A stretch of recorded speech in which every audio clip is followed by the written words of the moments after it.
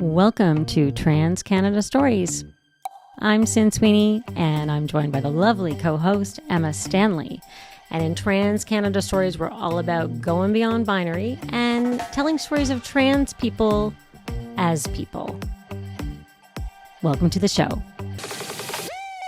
Okay, welcome to Trans Canada Stories. We are joined in studio today with the fabulous Terri McDowell, who we first had on Hace's podcast. It was in January of 2023, so a little over a year ago now. And Terri, if you'd like to introduce yourself, I'd love to just hear a little bit about what you've been up to since we last talked. I know that you're still with EY.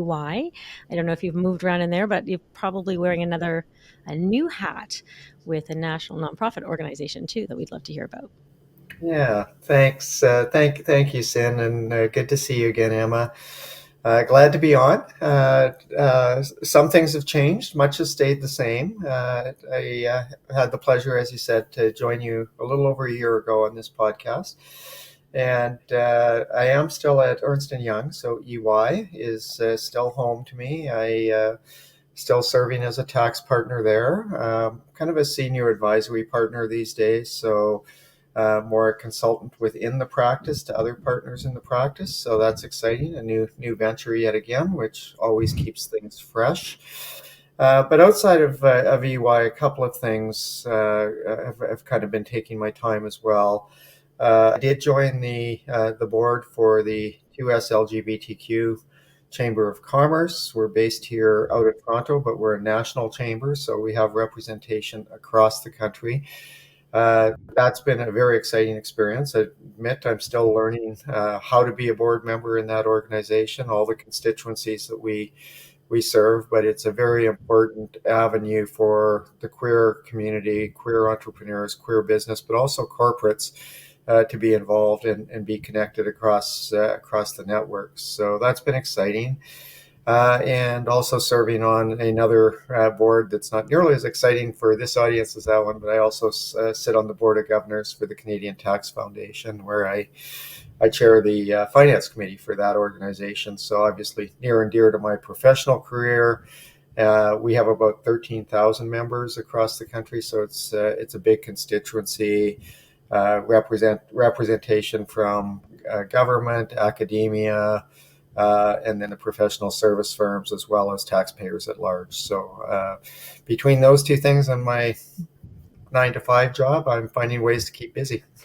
And it's great that you could find some time to talk to us. I think people are either terrified or very excited to hear the word tax in the month of April. I don't know. It's great that we even managed to carve some time out for you to join us today.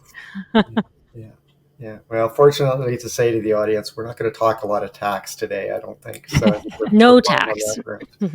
No, we will not talk tax today. We had a great chat. So I first met Terri, for background, at so when you say the 2S LGBTQI plus Chamber of Commerce, for listeners who don't know, it's formerly the CGLCC.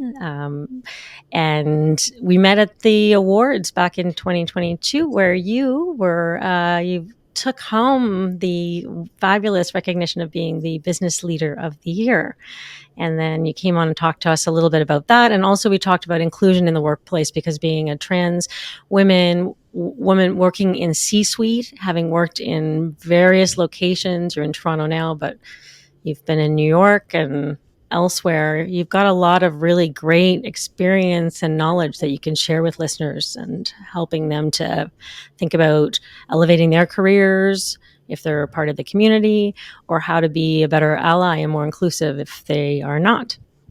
Yeah, no, absolutely, Sin. And I think that's largely the direction we're going to take today and talk about some of those things. But I've been, again, not to repeat what was on our last time together, but I have been very fortunate that I have had an opportunity to move around North America, always with the same company, and always kind of gave me a chance to progress, not just professionally, but also personally, and also in my own personal transition journey. It's given me lots of opportunities. So I think one of the things I really treasure of that experience, particularly as I'm getting later in my career and starting to look back at it, is I've had a nice mix of working in smaller centers as well as some of the largest centers, and so coming to appreciate not just differences, but more importantly, I think similarities of what that really represents and the differing communities that we encounter, both professionally and personally, as we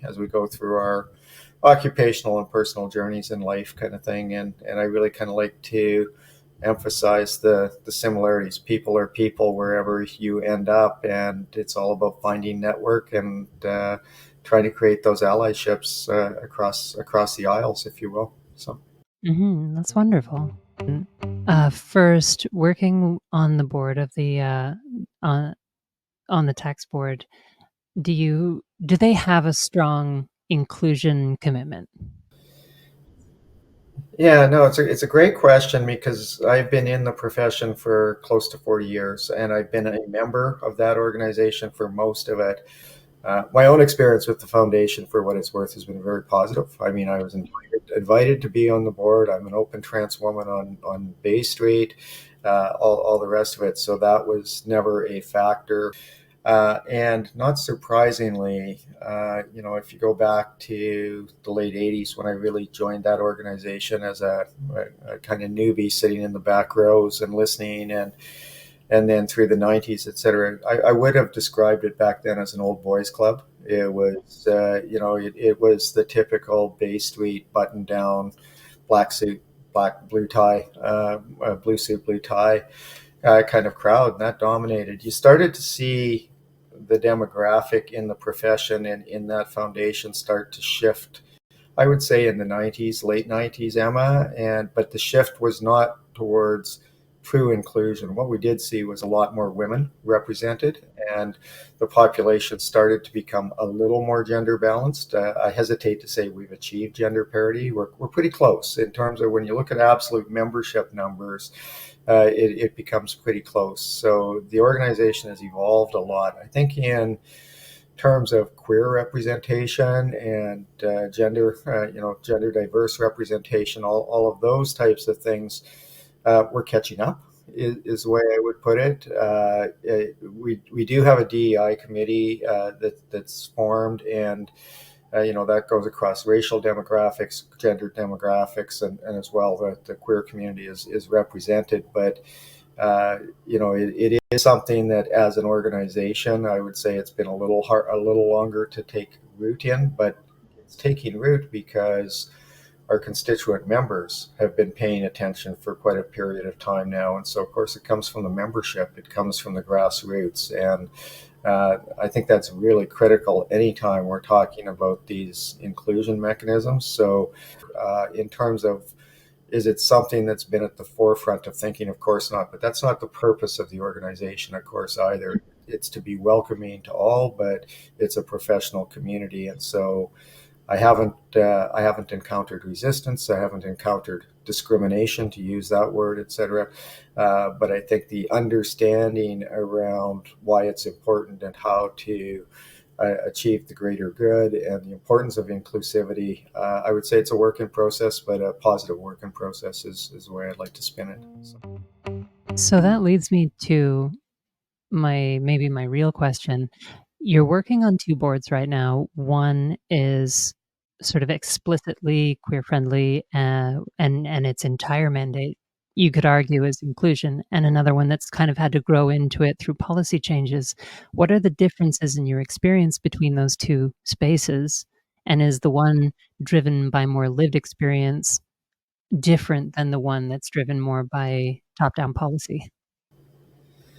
Yeah, so I think there's a lot wrapped up in that, obviously, Yeah. Emma, because and I'll try to dissect it and put it in perspective. I mean, they're very different organizations in terms of their raison d'etre, of course. And Of course. the easier one to speak to, of course, is the chamber. The Mhm. chamber is there, and its primary reason for existence is to enhance and improve the experience of the queer community and the queer Mhm. business community in particular. So that's why it's there. That's why it's needed. there's a variety of initiatives that are core to its being. There's the Rainbow Registry for queer-friendly businesses that get in. There is the diverse supplier accreditation that goes, which requires a certain number of queer ownership percentage in a business to get that type of certification, et cetera. So that is its reason for being there. Its constituency, its members, its entire policy is built around support for the queer community. You contrast Mhm. that. You contrast that for a moment with the Tax Foundation. Very different mandate. Our mandate is really around understanding tax policy. So I don't think you could get things too much further apart on the spectrum Mhm. of reasons for organizations, which is why I like being part of both. To be honest, it Yeah, very much. gives me this incredibly diverse experience, but still part of the broader community, part of the broader society. So the tax community is really our mandate. And again, it's not about advocacy per se. It's about communication and education of where tax policy is. It's a very apolitical organization. Let me make that very clear. It's not it by definition and by guideline is not affiliated with any political party in any way. It's really about an educational forum for those of us who are crazy enough to be interested in what tax policy is all about. And it's been around for over 50 years, so Yeah. it's long standing. And you can probably tell as I start to ramble on, I really enjoy being part of it. I've always I've been fortunate enough to find a career that really invigorates me. That just tells you how weird I am because it happens to be tax. But yes, and then kind of to bring it full circle to your question, I never really thought about it actually, Emma, other than one nurtures my professional soul and one nurtures my personal soul. And there's obviously a bit of a Venn diagram where you get a bit of both from the Mhm. experience of being involved with those types of concentrically different organizations.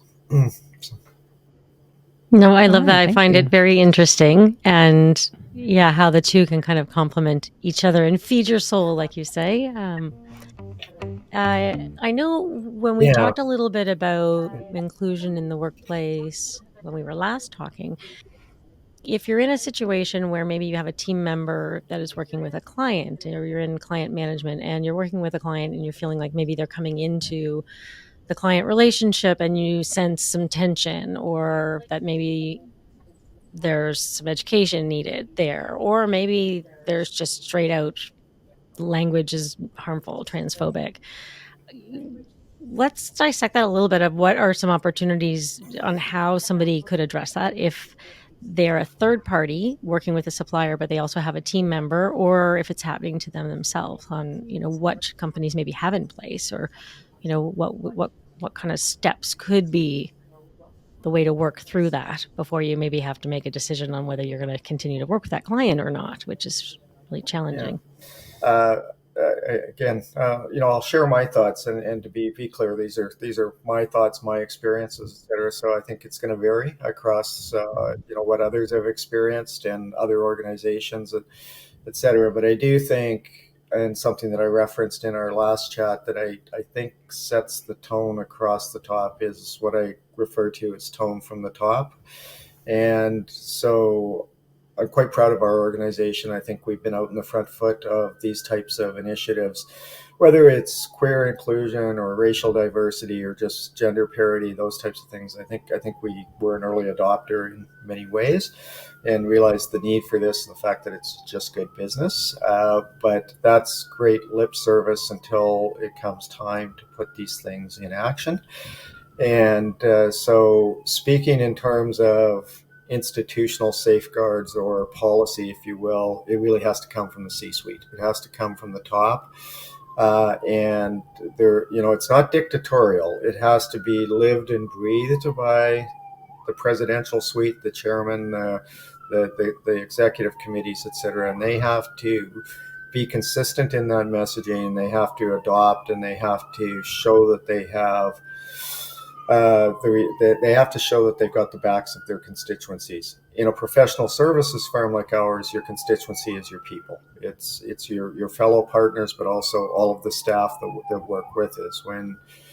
we have a broad footprint, and believe it or not, if you look globally to the size of our firm these days, we're almost 400,000 people around the globe. So we're huge. We're in 183 countries.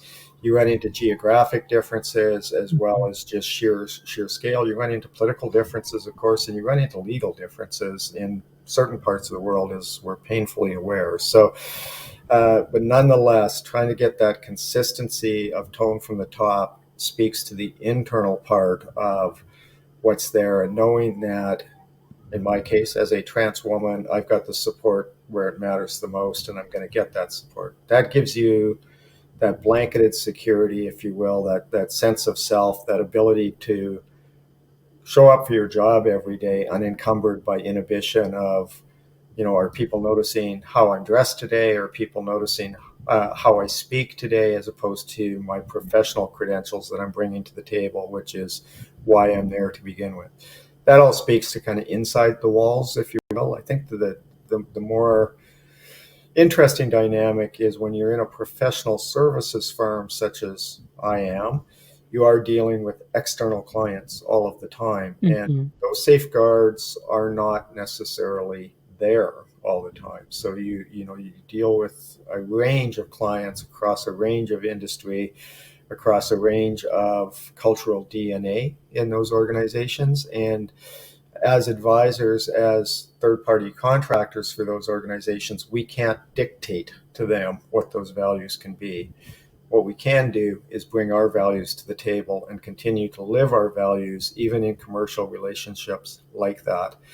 Um, Again, not to overblow it, not to just speak to one institution, but I was kind of given pretty good blanket assurances early in my career as my journey commenced that would never be an issue. That if we ran into that issue, we had coverage, we had air coverage to kind of go back and speak to the parties that be within our organization, but we would not sacrifice the welfare of our own people because of a client relationship. Fortunately, I can say I've never had to face that. Are there microaggressions that occur in client sites, or to a lesser extent within your own building? Yeah, I mean, again, I'll repeat a phrase I've used before. It's not always rainbows and unicorns. You know that, and so you have to be prepared for that type of chatter. Those microaggressions do occur, but one of the things that I think is critically important, and this is where our allies show up for us, is having people defend you when you're not in the room, kind of thing. Mhm. So whether that's at a client site, which could occur, or whether that is just within your own four walls, it again, tone from the top. That needs to be instilled. That if you hear the talk, if you see the action, that type of thing, call it out, and know that you've got the coverage. More difficult to do in a client commercial circumstance, and I fully appreciate the practicality of that. Doesn't make it any less important, Sin. I think you still have to live and be guided by those core principles. And would it ever come to a circumstance that you lose a client, lose a contract over it? I'm really fortunate to say that's never happened in my career. Has it impacted? Sometimes you just never know, right? Like it goes Mhm. around you, and things of that nature. But it's not as big of a. I think we build it up in our own minds sometimes as being a much bigger consequence or implication, et cetera, than the experience necessarily transpires all the time. It does happen, and I'm not trying to pretend that again that everything's rainbows and unicorns, but I kind of like to focus on the positive and go, those are really outliers, and they're becoming more and more the outlier situation Mhm. at this point in time. And I don't think that that's dependent on size of the counterparty, i.e., size, share employee numbers, revenue numbers, etc. I think its cultural DNA has shifted over the last 20 years, and people are just a little more in tune with inclusivity and recognizing we're not all that different at the end of the day, and we're here to do a job, and uh, you try to connect those dots. I hope that it doesn't sound too glossy, Hmm. because I don't want to. I don't want to pretend that it never happens, because it certainly does, but I do think, in my own experience, I can say with credibility, it's an outlier if it happens, Mm. and I've could only count maybe two or Mm. three times where I felt we're certain it was happening, as opposed to maybe two or three other times when is it happening, and I was never 100% certain. So so I'll pause there. That's a stream of consciousness on a very interesting topic that deserves a lot of time to be delved into, to be honest. And I don't think there's ever going to be one right answer, and there's certainly never going to be one unique experience or one specific Yeah. experience that Mm. speaks to all that's out there. So. Time to take a break from this Trans Canada Stories for a TD Connected Communities moment. Trans Canada Stories are your stories, and we're all about connecting communities right across Canada. We would love to hear from you. What topics would you like us to cover? Do you know someone who'd like to be a guest on the show? Follow the link in the show notes and share with us how can we make Trans Canada Stories great for you. That was a TD Connected Community moment, because community matters. I've asked this question of a couple of guests on the show, and it's one that I find pretty interesting. And it speaks to your experience where this sort of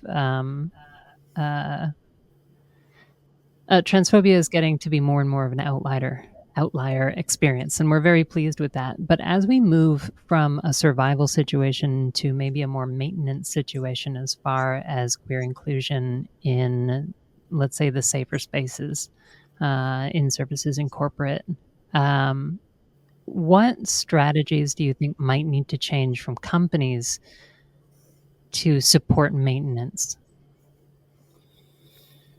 Um, Let me address that in a broader context of kind of Mm-hmm. what's going on across the Americas for certain, and definitely around the world. I think if you go broader, and then we can try to focus on the corporate sector.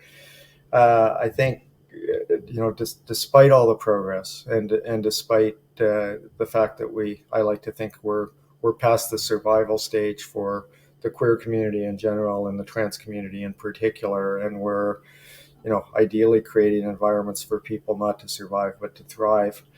Emma, I think we're also seeing, particularly south of the border, but also here in Canada, we're seeing political backlash to that Mm-hmm. progress.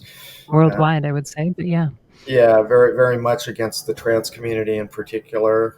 It's not limited to North America. We, of course, know what's going on in the UK and the politicization that's occurred with the recent Cass report, for example, and things of that nature. So it's very real right now. I do think it's driven. I know. I shouldn't say I think. I think the empirical evidence is there that type of momentum, despite the groundswell and the damage it's doing right now, can be traced to a very discrete number of groups that are pushing this type of Mm-hmm. legislation. I do not truly believe that it's indicative of the wider population or a wider backlash, if you will, against the progress that's been made. I think there's a number of factors have allowed a very vocal minority to get footholds and create some of the damage that we're seeing occur, particularly in state legislatures. But I know, Sin, a year ago, we talked a little bit about this, and it was Oklahoma at the time that was out in the front foot about this. And I feel a little prescient with my comment in that I said, people say that's Oklahoma, it's a long ways from here, and it's not. And Mm-hmm. we're less than Mm-hmm. a year and a half later, and we've seen it trickle north of the border. We've seen what's happened in Mm-hmm. schools in Saskatchewan, New Brunswick, Alberta more recently, that type of thing. Mm-hmm.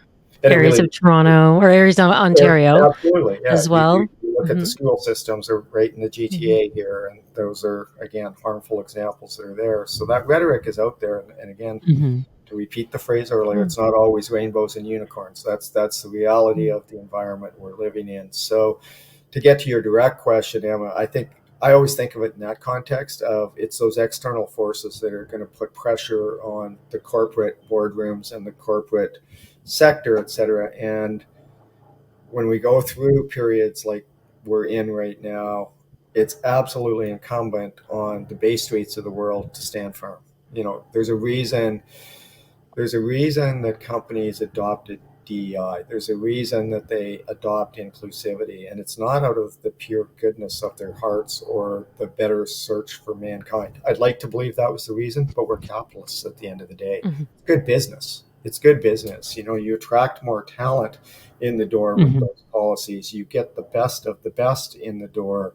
You get more access to a broader spectrum of community and things of that nature. And I think those principles have proven themselves to such an empirical degree that, again, maybe I'm overly optimistic here, but I believe the corporate community, the business community, the broader community sees the value in that and will not allow these other undercurrents to really take hold Mm. and manifest themselves in damaging ways. So I think it's incumbent on the corporate sector to hold firm on the policies they've adopted and the Mm. progress that they've made on our behalf. So.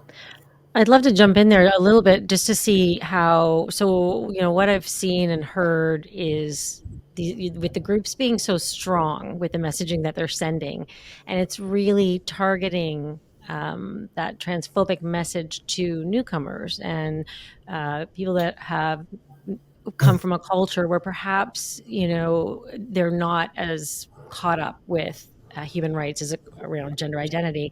So one incident was with a school where parents weren't familiar with gender identity and trans inclusion. They've come from a country that is not inclusive, and they are potentially pushing back and really upset about schools talking about gender identity. These same people then are going to work in your workplace or another corporate or maybe a small business. And so what do you think, how do we tackle that? Like, how do you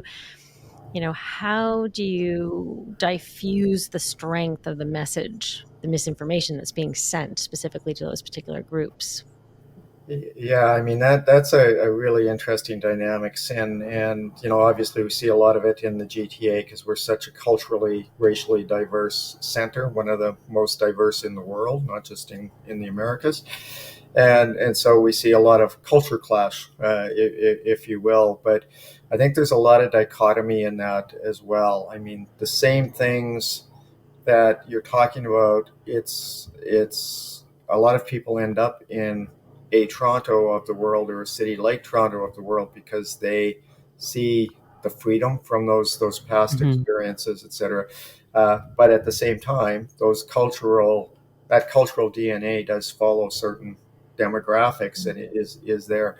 So I think the broader comment that, again, personal dogma and all the rest of it in terms of what I think visibility matters. I think doing podcasts like this and getting the message out there in broader forums and what I'll call more mainstream forums too. So, taking it out of just the queer channels and getting it into mainstream channels so that people start to see that we're just living, working, and doing our daily Mhm. lives just like everyone else is, and we happen to be trans or bi or gay or lesbian, whatever kind of thing. I think people need to see that to embrace it, and it's a lot harder to discriminate against a person once you've met someone that comes from that community. And so And visibility matters. So I think with visibility too, and on to your point earlier in the conversation too, where you talked a lot about reflecting back on your own career and looking at the sameness and the differences, the similarities and the differences in interchanges, exchanges that you've gone through. And I think maybe that's the opportunity, is bringing, these different cultures together. Perhaps they've come here because they've been persecuted where they were, or they have gone through something that's very similar but different. And finding that common ground can build that empathy for understanding.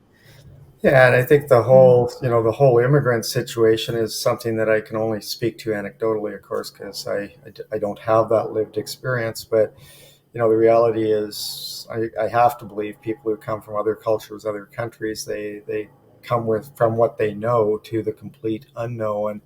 And this is sometimes just one anchor that they bring along with them in terms of what their lived experience, their lived knowledge, their lived culture has been up until this point in time. And so now they're in a brand new situation, brand new country, brand new culture. It takes time to win over hearts and minds and realize that the similarities are bigger than the cultural Mm. differences, if you will. So It's true. The conversations are so important, just having the conversations and building upon them. Absolutely. And again, I think the broader the footprint we can get across all segments of society, I guess, is only going to enhance the ability to bring everybody to an equal footing. So. Do you worry about travel anymore, Terry? Like I know you've worked and lived in different countries, and you had mentioned though that you're going to be doing some exciting traveling coming up. And do you feel apprehensive about that ever, or just pure excitement now, or how do Uh, you lead into that? so yeah, there's again a lot of levels to talk about there. I love to Mhm. travel. I've had a tremendous career, have a tremendous career that's allowed me to travel a lot. And even if it was work travel, I used to get very excited about it. I don't know if it's age or what it is these days, but the work travel has kind of lost its glamour these days, and it's not really related to the trance experience directly. It's more just I like to travel for me these days, not so much for business. Where it does intersect, and I would say that this is a little more small p political for me, as opposed to even personal safety experience, etc. But there are jurisdictions, particularly states, that I will put my hand up and say I'm not going there. If I'm asked to travel on business, I will say no, and this is why. I don't know that that's the right answer, to be honest, because the flip side is a lot of people don't have that ability to say no.